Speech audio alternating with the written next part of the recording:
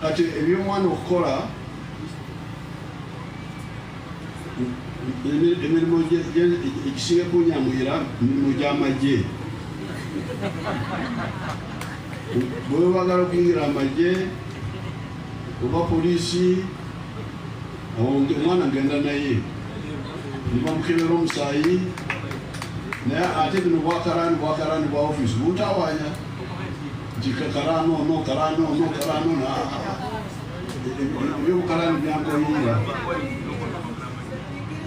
Papa ono musawo muzaalisa, she's a midwife but she's willing to join the army. She can put Zalisa in the army. They have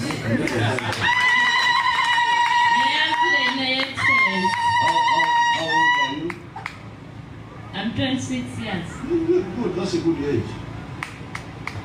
So, Lieutenant Colonel Agawa, I have got a soldier here.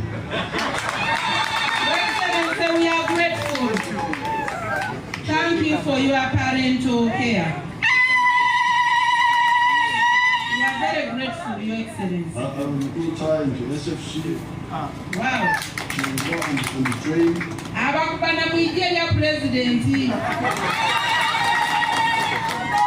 I can take more of now from the students if they want. Wabali wabana bandi mukaira basomere bona bayize o president yabatwala bona. I'm not going to finish up the year. Omukulu wa president ati anafunira abajasi basatu abakungira omwige lye. So, the other one will train and afterward she will Zalisa. There is a lot of Zalisa in the army.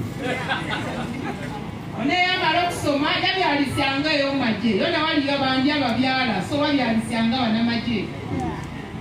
Okay, thank you so much. Your Excellency, thank you so much. Very good. Your Excellency, your people are waiting for you along the road. Kindly wave to them as you exit. But we are very, very humbled. We are grateful. Thank you for the support to all the people. Our people are so grateful.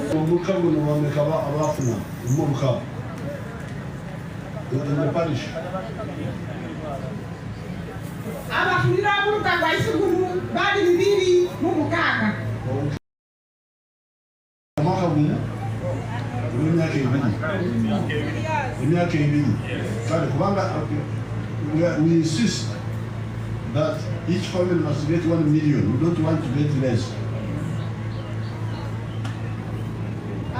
Your Excellency, we shall discuss with them the instruction you have given us. Very good. Yes, sir. President abakobere tulifamira ino kufuna milioni moifa kyo banange mutibeku imwe naddala managing operation model.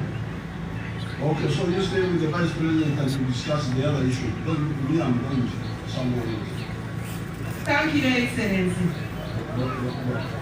Translate for them. Translate for them.